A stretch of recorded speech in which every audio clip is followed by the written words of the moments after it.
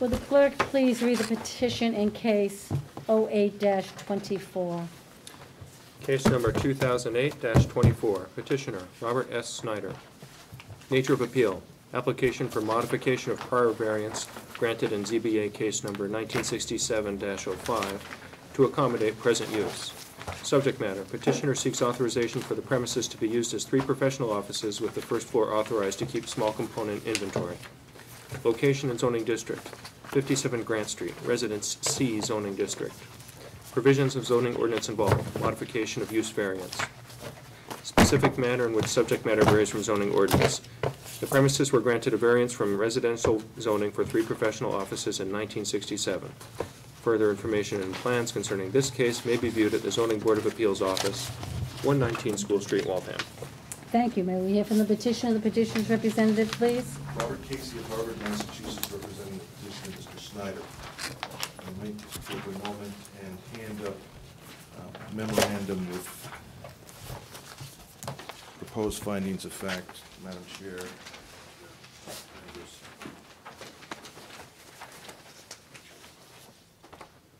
Unfortunately, it says that there's an attachment, and it's negligent not putting the attachment on. I think I have copies with me. It deals with the variance that was originally granted on these premises in case 1967 number 5 with Dr. Harry I. Seltzer. I have a couple of copies of that.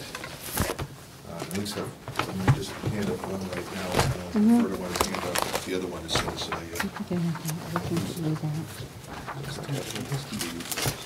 hopefully my memorandum sort of states that gives a statement of the case.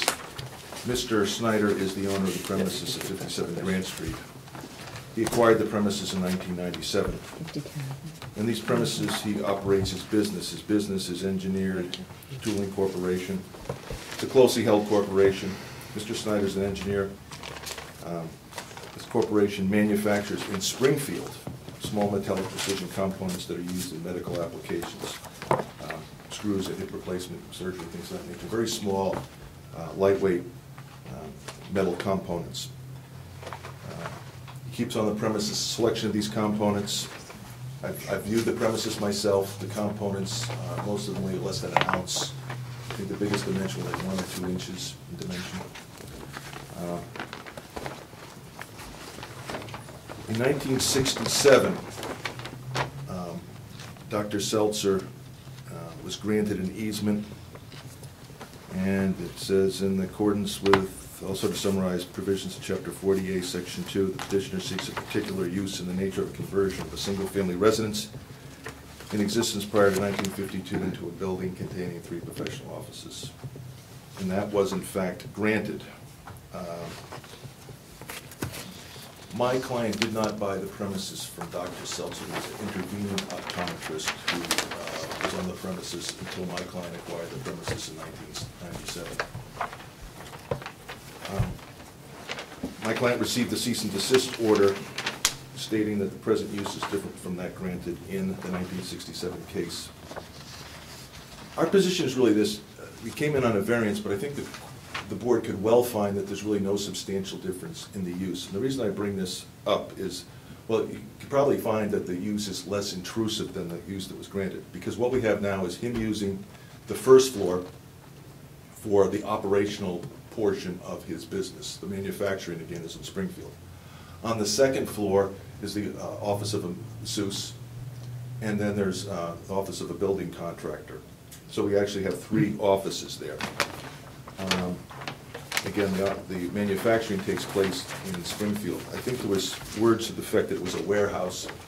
Certainly we'd invite the board to look at this if they want to take a view. I think the characterization of a warehouse is unintentionally a real misstatement of what it is. We're really talking an area, I think it's like 100 square feet where these little items are stored. So I think it's far from a warehouse. I think it's similar to an optometrist having a series of lenses and things of that nature in his practice. And Mr. Snyder has something very comparable to that. One thing I think it should be noted, and I noted in the memorandum, is that the impact on the neighborhood by Mr. Snyder is certainly substantially less than Mr. Seltzer. I've been to the premises a number of times. My client represents that maybe he has a couple of Federal Express pickups and deliveries. Certainly it's not a professional office that's servicing patients or optometrist clients, so you don't have that traffic in and out of numerous patients parking, leaving, things of that nature. So the amount of traffic going in, vehicular traffic and human traffic is very, very low during the course of the day. He has one employee that works with him, and he works on the premises himself. And I also noted it should be noted that the property has been enhanced. I've seen photographs of the premises when it was further back in time. I think the style is a Second Empire type style, building about 140 years old. Mr. Snyder's really upgraded it. It's certainly in character with the neighborhood. The use is certainly in character with what the original variance was. I guess there may be some small technical differences, but I would think that the board would be well-founded in making a finding that there's really no substantial difference. If you want to determine a variance, so be it, or a confirmation that Mr. Snyder is not in violation of the standing variance from 1967. I think that's about all I have to say affirmatively on the topic. I think it's a fairly straightforward issue. If you have any questions, I'll be glad to. Fine, thank you. Before we ask you any questions, I would like to have Mr. Powell come up. Here's another copy of the order from 1967. Yeah, we have that, I believe. I believe you have it. Mr. Powell, you made the site view at 57 Grant Street. That's correct. Patrick Powell from the building department. Could you tell me what you saw, what the findings were? Well, we did get a complaint received in the office to investigate the nature of the use of the premises. After the research, we did see the board granted in 1967 the use is 3 professional offices.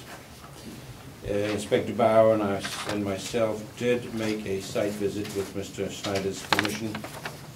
On February 7th, I believe the first visit was, and we did find the downstairs being used as more an office and a shipping and warehousing supply.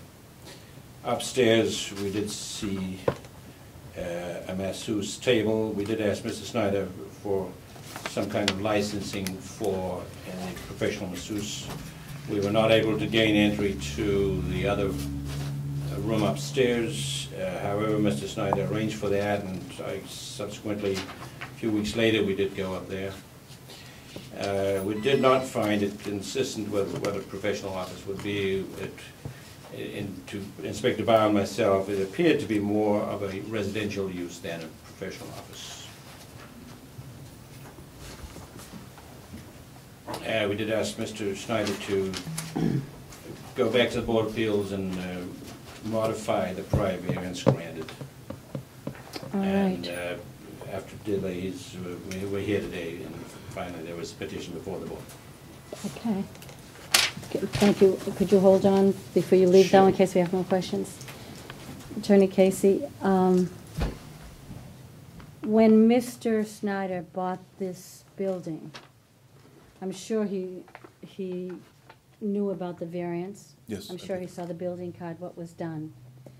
And if he was issued at that time a variance for 3 professional offices, could you explain to me why they found that there was a residential use in the upstairs apartment, first of all, and secondly, downstairs that there was more like shipping, receiving, warehouse? Well, and also, was he able to obtain a license for the masseuse? He requested a license. Did you receive a license from the masseuse? I have no license. No license. I have a copy of it. Okay. Okay, so Excuse me. do you have that with you? No, I didn't. Maybe. So if you could answer those questions. Well, I think he's already answered. If we could hand that up, or we'll make the representation, we'll provide the license for the masseuse. As far as the the warehousing, and again, Mr. Powell's been very cordial throughout this whole situation. I mean, I guess it's how you describe it. In my mind's eye, I can see it. There are a bunch of slots on the side of the wall. In my mind, a warehouse conveys, a lot bulkier type items. When if I store a few small components on the side of a wall, I really don't consider that a warehouse. I would think that it's as much as the warehouses and optometrist lenses are when they're stored. Certainly, if you wanted to take a view of the premises, because sometimes what you see with your own eyes is, Again, the question of someone living upstairs, why would he rent out an apartment to someone to be able to use for a residential apartment when there is not a full bathroom? You only have a half bath. Well, I've told him what the zoning bylaws are, and in fact, the gentleman that actually rents the premises is right here with us this evening. Maybe he can address that. I've made it clear to Mr. Snyder that, if someone, apparently I think a few times he stayed late. I have not viewed the premises myself. Certainly, no ifs, ands, or buts. My client knows that that is not residential, that any sort of residential use would be a violation of the standing variance or any other variance at all. So, I mean, that is not an issue of contest at all. We stand by the fact. Are you saying there wasn't anyone living upstairs, or are you saying this living full-time? That's what's been upstairs? told to me, that Mr. Shabat uses that place, sometimes, I think a couple times he's visited with his kids, but that is his building contractor office. And Well, I did make a site view this afternoon on the outside, and I did speak to one of the neighbors that lived down the street. And the neighbor did claim that at one time there was a man and 2 teenage children there, full-time, day and night. And a car was parked on the premises and sometimes where Store 24 was located. This person did not want to be identified by any means, was very uncomfortable speaking with me. Excuse me, you'll have your chance to speak. And also stated that there are 2 people living there full-time. That is one of my concerns. Another concern is that when you filed an application back in April 10th, 08, you stated that 2 upstairs offices are used by a fully licensed masseuse and the other by a paralegal service firm.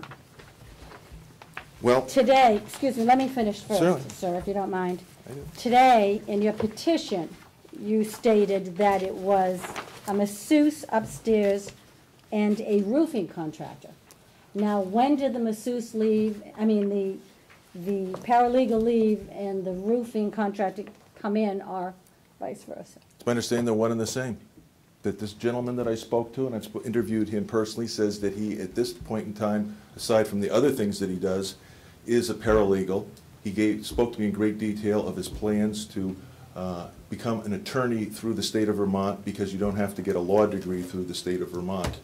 To become an attorney? To become an attorney. So I understand, in fact, he handed me up a document that said certified paralegal. So it's my understanding that he's engaged, in fact, it says Leon Shabat, certified paralegal, and it gives the address of 57 Grant Street. If I'm incorrect, I can be corrected on it, but I think he was engaged in both occupations. So I don't think it's us contradicting ourselves, but I think he wears 2 hats. He can. So are you stating that his office as a roofer or as a paralegal is the professional office? You'll have your chance. I'm Okay, going through your I'll let him speak for himself. My understanding as I stand before you, he wears both hats when he's there. So which is the professional? The paralegal? I would say they're both. They both fit the same category. In other words, just Well, because. roofing isn't a professional in-home occupation. Well, I'm saying if you operate your business from there, that's a professional building. It's not, it would be more, according to 3.224, that would come under commercial business. Then I think we'd rely on the fact that he's a certified paralegal, and we would hand up as evidence of that the document that he handed to me this evening. In fact, he drew up his own statement of facts about the alleged zoning violations. So I go on the representations that are given to me. Certainly, in no way do we say it's residential whatsoever. I'll let him address that. As far as, and I appreciate the diligence in speaking to the neighbors, but we are at a disadvantage when it's someone anonymous, because I don't want to go too far afield here, but my client has had difficulties with a certain city official, not on this board. Well, that has nothing to do with us this evening. I'm talking about the case and the evidence that is before us. Unfortunately, we think it does, because we've approached certain witnesses that we believe may have been somewhat intimidated by this official and asked for their view on it. Mr. Ruffalo I spoke with on this, and he refused to talk to me after sort of hinting that I might be on to something when I mentioned that there was a certain city official that was saying if they supported Mr. Snyder, there would be retribution. And Sir, none of us on this board are aware of anything like that. that's why I'm bringing it to your attention. Speaking. That's why I'm bringing it to your attention. But I don't think this has to do with my question this evening. Well, My what I'm question saying this is that if you evening- interviewed one of these people that's been subject to that influence, it might very well bear on their credibility. No, actually, this person didn't want to be identified because of the owner of the building. Had nothing to do with any Well, as his political representative, person. I'm demanding that you disclose who the person is. I didn't ask her name. I just asked the neighbor if she Well, saw anyone living there. well, Madam Chairman, my view is anything that's anonymous is worthless. So I think that should be stricken from the record. Well, that's your Because, opinion. no, that's the opinion of the United States. The whole idea behind due process is notice and opportunity to be confronted by your accuser. When we're confronted with someone that's anonymous that you talked about, you put us at a distinct disadvantage. Well, we and have I don't people think in it's the fair, audience that may and I think it should be off the record. in opposition or in favor, so we'll hear from them also. But I still would like to discuss the professional offices and what you consider a professional office. What he's doing with his business, with the bits, the carbines or whatever, and the tool covers, that is more under commercial than professional. In fact, if you look at 3.224, it says, but specifically, manufacturing and manufacturing-related activities. That certainly isn't professional. Well, he's not manufacturing. He is having a shipping receiving business, and he's having a warehouse there. Well, I disagree with it that it's a warehouse. I mean, it can be stated. Do you agree or disagree that it's a professional service that he does? I think he operates the business end of the manufacturing there, and I would think that that would fit under the definition of a professional office. If you disagree, so be it. 3.210, customary home occupations, nurses, doctors, attorneys, dentists. Nothing doesn't say anything about shipping, receiving, warehouse that You Mr. just interject, Proctor saw. he's an engineer, that's a profession. Right. And he's doing his engineering work there. So engineering is an honored profession. And Graduate of Boston University. Could you explain to me, and I'm not sure, I know the answer for this question, so you can enlighten me. Do paralegals have professional buildings, or do they usually work hand in hand with an attorney? I've been doing this for 30 years. I've seen all varieties. I've seen paralegals work for attorneys. Sometimes they're really secretaries. Sometimes they're really paralegals. Sometimes they're subcontractors that have their own offices or they work out of their own home. There's a whole variety of things. So I don't think there's, certainly a paralegal having an office is certainly nothing unheard of to me. I've certainly heard of that. In my opinion, this was issued in 1957 by the zoning board as a use variance. It was a single-family home, and they granted you 3 professional offices. I don't see that either of the 2 professions, the roofing or his warehouse and shipping and receiving, are professional offices. And in my opinion, you can hear from the rest of the board, if we did grant you the use, we would be, it wouldn't be before us correctly. We have no right to change a use variance. You can abandon it, you can go back to the single-family home, or you can have 3 professional offices in there. That's my opinion. Very good. All right, I'm gonna hear from other board members, and then we'll hear from the audience. I just have a couple of questions here. Mrs. Randall is right in what she's saying. If this is under a use variance, when this was originally granted, the board had the right for granting of use variances. We do not anymore. That has to go before the council. So if there's any change in this whatsoever as far as use variance goes, we can't do it. It has to be done by the council. The second thing here is one of the building department, when they felt that it was like a warehouse. Now, my feeling to that is if I walked into a building that I was, or an office, professional office, my doctor's office, or whoever it might be, and I saw a whole wall of all kinds of whatever it might be, prescription drugs, lenses, whatever it might be, and he was using all that just for the purpose of his patients, I'd say, fine, there's no problem. But if I knew that he was bringing those items in there and storing them to sell to another professional person, then that's not considered using for your own use of your own occupation. That's a business, a separate business. That's a warehouse.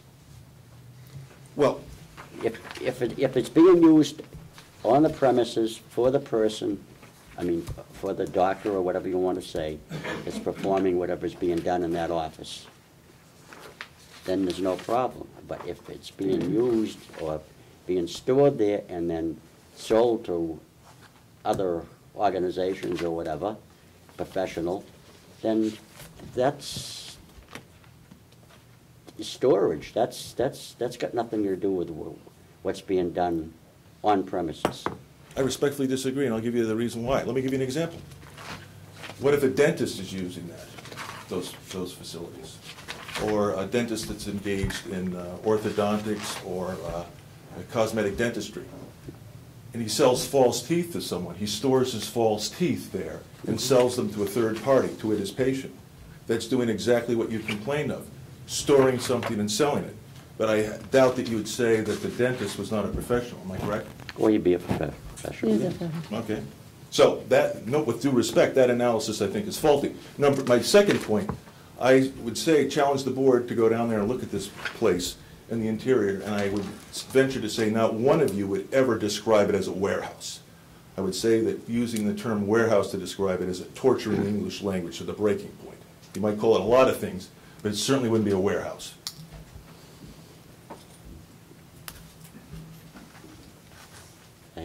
Go ahead.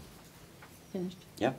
Mr. Scolanti? Well, when I read this at home back whenever we got it a couple of weeks ago, the first question I had was, if we can't grant a use variance, do we have the power to change use variance? And I would suspect no. Oh. No, we don't. The two things disturbing me about that is one, the building department apparently suggested they come back here, and this went through the law department, so how did it get here if it's not supposed to be before us? Good question. It comes before us, and if we feel that we need an opinion from the law department, then we will ask the law department for their opinion. But I think everyone in this board knows that since 1975, Yeah, sure. we can't grant a use variance. So we can't. I don't understand, it would appear to me that it's not probably before us in any case, and we should, before we spend a lot of time discussing it, we got to understand if that's true or not. I mean, an alternative approach would be to, I'm not sure, appeal the decision of the building inspector that it's a warehouse. And I don't know what the alternative approach is.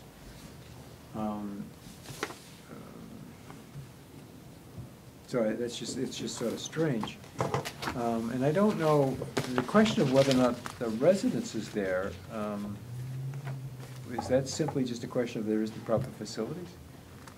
He was granted by a variance. But if you don't have to take advantage of a variance if you have it. You can have it and not use it. He was granted 3 professional offices only. not an apartment. Oh, so but doesn't The it- only means no, you have to use all three? You can't have, does it mean not more than three? or- No, no, he could use two, but he can't have an apartment, Well, why? It's a residential property. because he was granted a variance for a professional building. They changed it from a single-family home to a professional building, Far afield. and I don't that think it was the excluded use the use of the variance. single-family. Well, anyway, single-family that's a detail, I'm not sure, but, and then, I had another question, which was more important than that. Oh, in terms of the definition of a professional building, the fact that it's a variance, to me, means that it's different than a customary home occupation. And what I don't know is what the definition of professional building was in whenever this variance was granted. And it may be different than what it is now.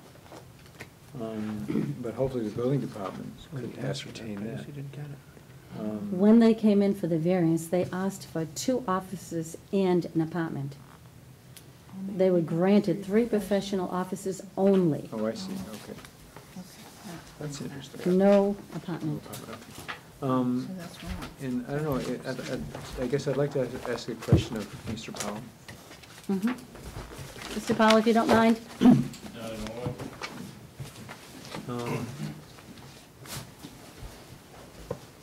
But before I ask, does anyone have a copy of the cease and desist order by any chance?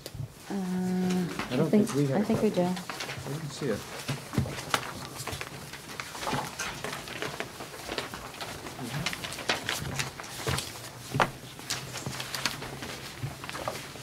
I don't know. What did she do?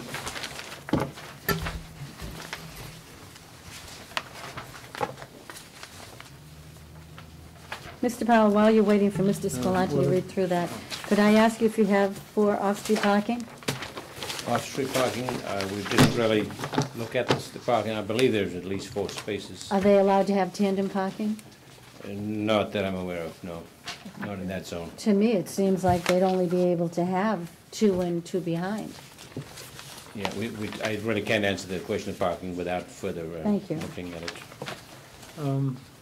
The cease and desist order just says violation of zoning board of appeals conditions.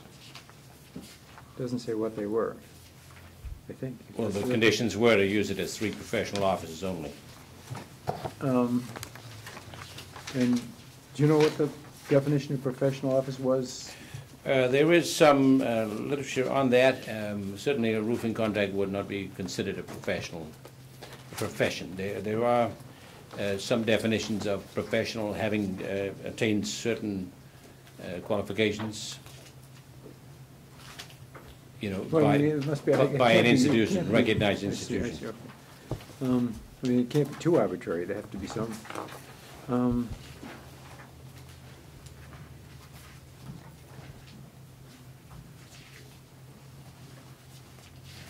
Now, an engineer would be a professional office. An engineer would be a profession, because certainly. So there's an engineer there. I And believe Mr. Snyder is an engineer, yes.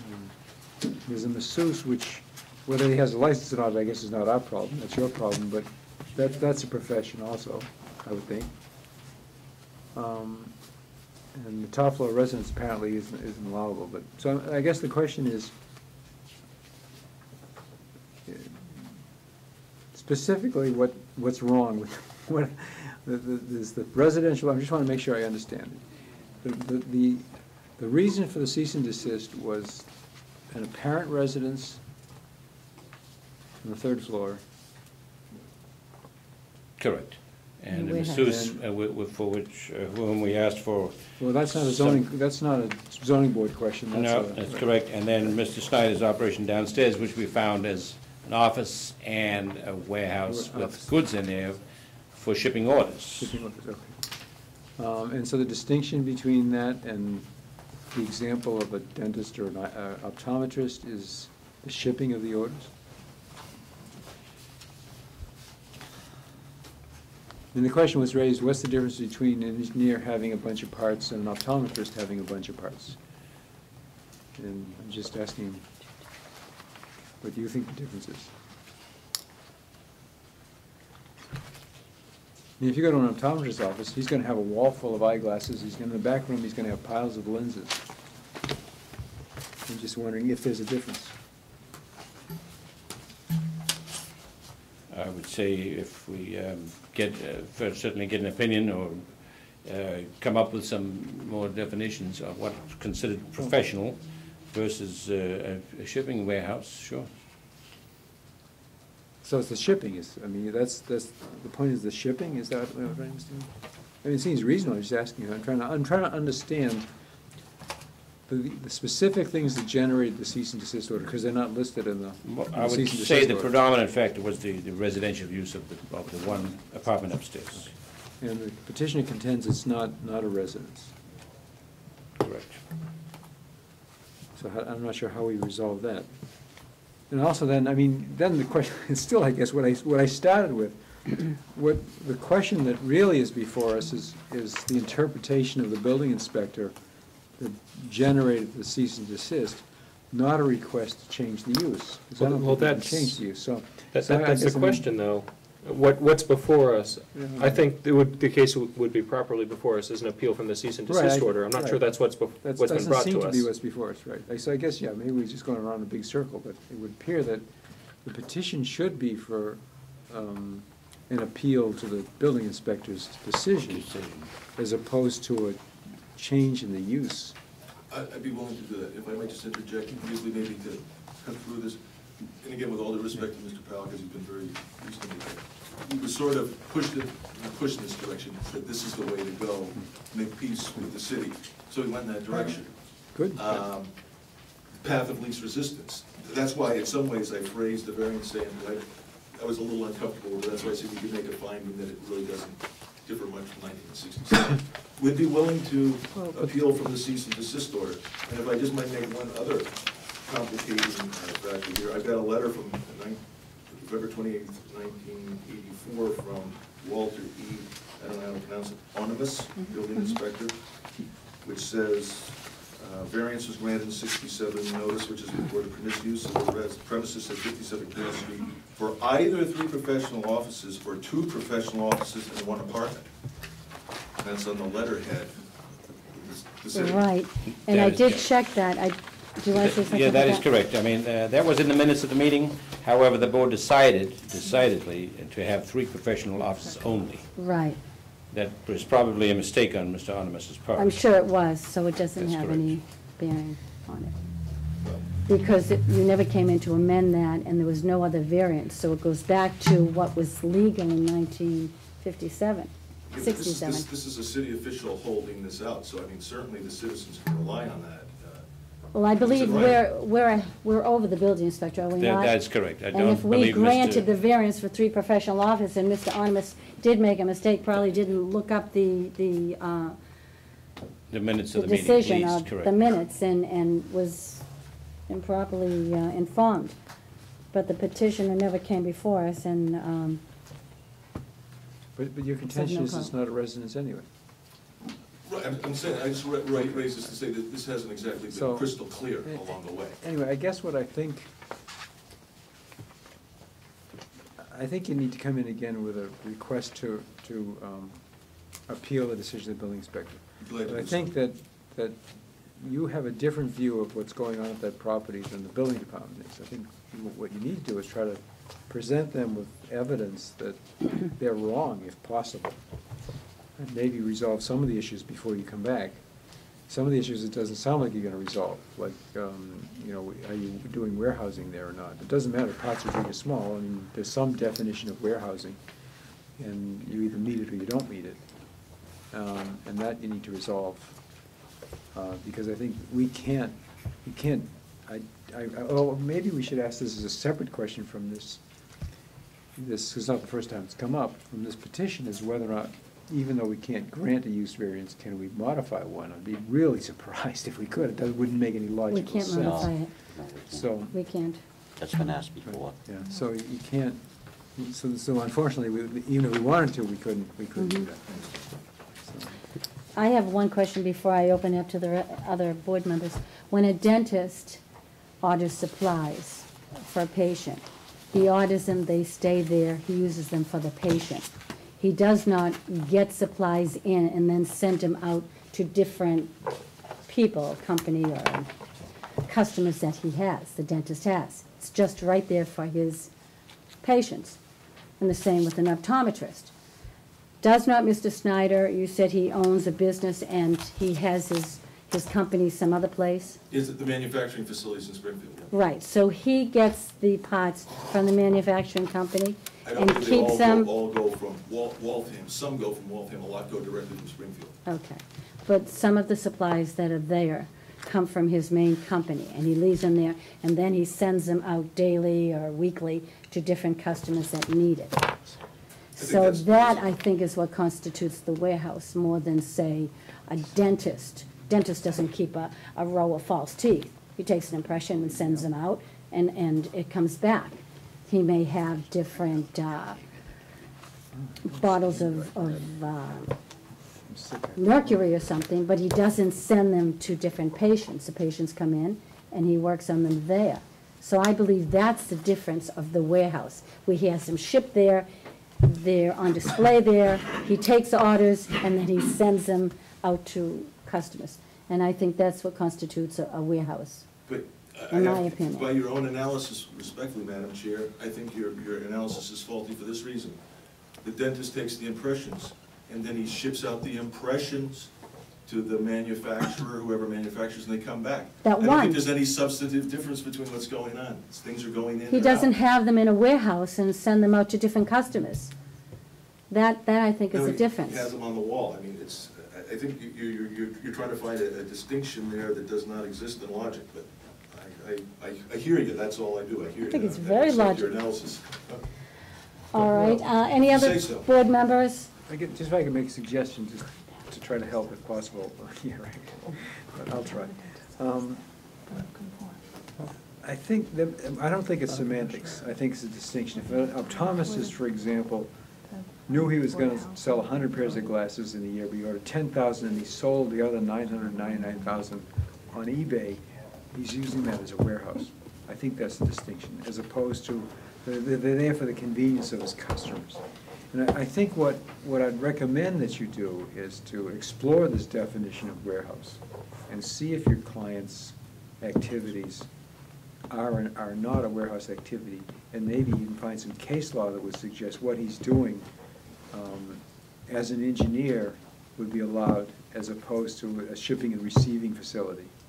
So I think you need to be able to make a case that those things, that what he's doing really is different from what we think and what the building department thinks is a warehouse. Because I don't think we're gonna debate it to an answer. I think you're gonna have to bring some case law or evidence or opinions. Very good. Well, Ms. Jelena? Sorry. Go ahead, Ms. If I could add one more, because the gentleman brought it up. If it was a lab that was making false teeth, for instance, because you mentioned that, the dentist takes the impressions, he sends the impressions to the lab makes the false teeth and sends them back to the dentist. That's one thing, that's a service it's being provided. But if you are storing things, items, this is where the difference is as far as I can see. If you are storing items in a building for the purpose of reselling them, then that's a little different thing. That's where the warehouse part of it comes And in. by that definition, when I go into an optometrist's office and they have a whole set of sunglasses on the wall already, Yeah. so they're a warehouse then, by that definition. No, because they're selling them to you. That's part of their service. They're They're not not sending taking those orders. glasses out for frames or whatever, out to another eye doctor. I didn't know the distinction was what the boundary line is, whether Well, you sent them or not. That's That's your something job, that... Yeah. to prove it to us. Ms. Jelena, do you have questions? No, I'm good. Mr. Higgino? Just that I think the case ought to be refiled. I haven't made any judgment as to what's a professional or not professional based on the evidence before me, and I'll be happy to hear it if it comes back before us. Very good. As what? As an We filed appeal this from a one. cease and desist order of the building inspector. We can't, it's filed as a modification, request for modification of a variance. meaning a use variance. We can't do that. We have to reject this, but we can reject it without prejudice to the petitioner's right to file an appeal from Inspector Powell's order. We'll withdraw and we'll come back before you with the appeal from the cease and desist. You want to? First of all, I would like to see if there's anyone in the audience in favor of this petition. Yes, there is. Well, wait a minute, Mrs. Ray. It's not If- before us. If they're going, if Oh, they're they- going to withdraw it, then, Well, that's what it's not probably Oh, before all right. us. Madam Chair, if I could only be allowed to simply just straighten out some false findings of fact on everybody, on both parts here, both on Mr. Snyder's attorney's part and on Mr. Powell's part regarding this. No, Okay, I don't think so. We're going to allow your attorney to withdraw with or without prejudice. You We'll may- have you may to wanna take a come back. motion. you want to withdraw the petition without prejudice. Without prejudice and with the representation, will we file as an appeal from the cease and desist order? All right, that's what's Motion before us. to withdraw.